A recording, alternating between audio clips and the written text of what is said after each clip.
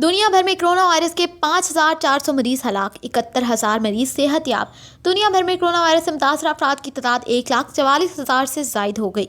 Virus से 5,400 अफराद हलाक जबकि 71,000 के करीब सेहत याब हो चुके हैं, जबकि 68,800 अफराद ताहाल ज़ेर इलाज हैं। चीन।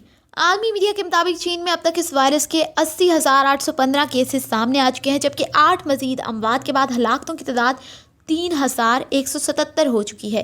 चीन में इस मर्ज पर काबू पा लिया गया है। 80,000 मरीजों में से 64,000 मरीज सेहत याब हो चुके हैं और 13,000 ज़ेर इलाज हैं। इटली। चीन के बाद इस वक्त इटली सबसे ज़्यादा मुतासरा मुल्क के तौर पर सामने आया है, जहां गुज़श्ता 24 घंटे में मज़ीद 250 जान की बाजी हार गए और वहां अमवात की तादाद 268 हो गई है, जबकि 17,660 कोरोना का शिकार बन चुके हैं। ईरान।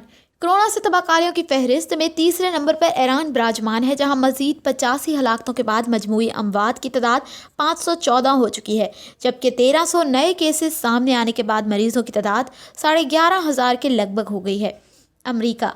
दरअसल अमरीका के सदर डोनाल्ड ट्रंप ने कोरोना वायरस से हलाकतों में इजाफे के बायस मुल्क में इमरजेंसी नाफिज कर दी। अमरीका में इस वक्त कोरोना वायरस के 41 अफराद हलाक हो चुके हैं, जबकि नए 377 केसेस सामने आने के बाद मरीजों की तादाद 2,000 से ज़ायद हो गई है। स्पेन। चीन, इटली, साउथ कोरिया और ईरान के बाद स्पेन में मामला मज़ीद ख़राब होता जा रहा है।